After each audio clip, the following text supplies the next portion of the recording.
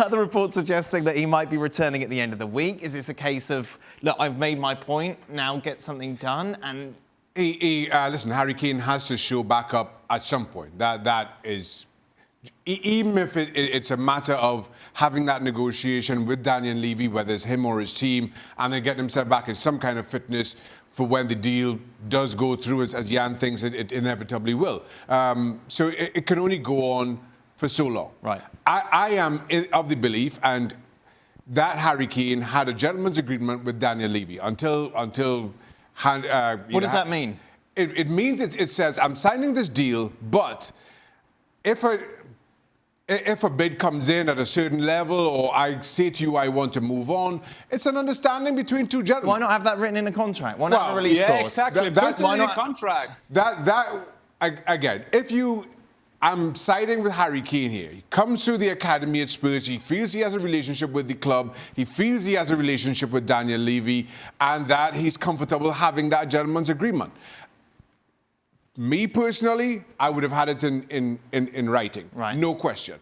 Also, and again, as difficult as Daniel Levy has been in dealing with, it makes more sense to have it than not.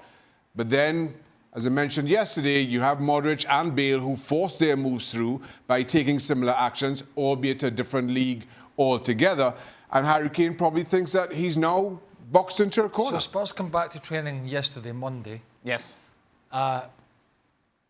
Is it not just that Harry Kane, like a lot of players, had extra time off after a major competition in the summer? Because some Spurs had already been training. So this was like this was Harry Kane's time to come back. So Tottenham Hotspur had been training before. How do you know it's Harry Kane's time to come back? Because that's what we were told. Who?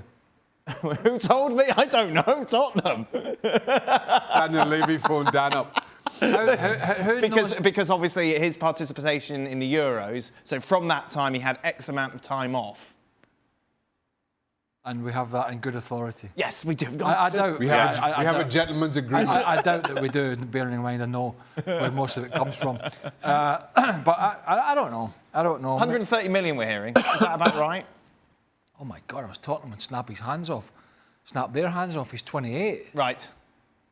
There's a pandemic, there's been a budget, people are cutting. We talked about certain clubs can spend and not spend. You know, it might only be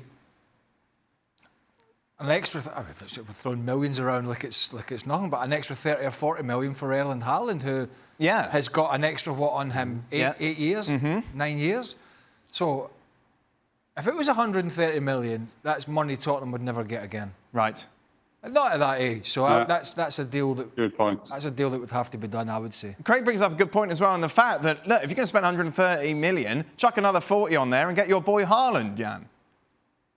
Yeah, you could, and I think that is a fair deal. But I think that everybody saw that this thing with Dortmund would be difficult anyway because Dortmund was so strict on that. And I think that Manchester City, from the first place, were told that Harry Kane will be the most available, so to say, player. Mind you, this is a player who is scoring a lot of goals for his country, scored a lot of goals for Tottenham. He is 28. There is no prospect of him winning trophies for his club. So he's the perfect player to try to get to one of the big clubs. But he's 28 and also has been a bit injured and so on and so on. So I think that Tottenham should look closely on that. And maybe this is a way of tactic. Maybe the offer from Manchester City is a bit lower than it's been reported, and they try to up it up. But I think that this is the time for Tottenham to cash in on that player. So to keep Harry Kane over the years, what has it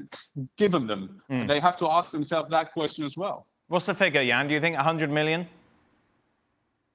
Well, if you saw that Sancho for 85 million euros, and we know that the prices, like Craig is saying, we throw 10, 12, 30 millions around like candies at the moment in international football. But you can see this being a record. You see this will break the 100 million barrier at least, and you think that Tottenham wants to see that. They did that with Gareth Bale some years ago, and you will see them like 120-ish to get this boy going. And if that's the case, they need to use the money wisely, which they did not do. off the back of the Gareth Bale transfer. Sure. Now, I know the structure has changed this summer at Tottenham in terms of management, director of football, sporting director, call it what you like. There are new people there. But they just went out and splurged after I think it was the Bale move or the Modric, I think it was Bale. Yeah. And they went out and they just sort of scattergun approach, threw it up like confetti and went, well, if him and him and him and him, and managers were coming and going, and they ended up with a big squad, but a big squad that wasn't very well balanced with a lot of players that weren't quite good enough at the top end of the Premier League. And I think they're in that scenario again where potentially losing the striker, they're already losing defenders. There are other areas of the team that need strengthened as well. If Kane goes, you then have to worry about the snowball effect with other top players like Heung-min Son looking to leave. So you then really have to make sure you're spending that money and making your acquisitions wisely.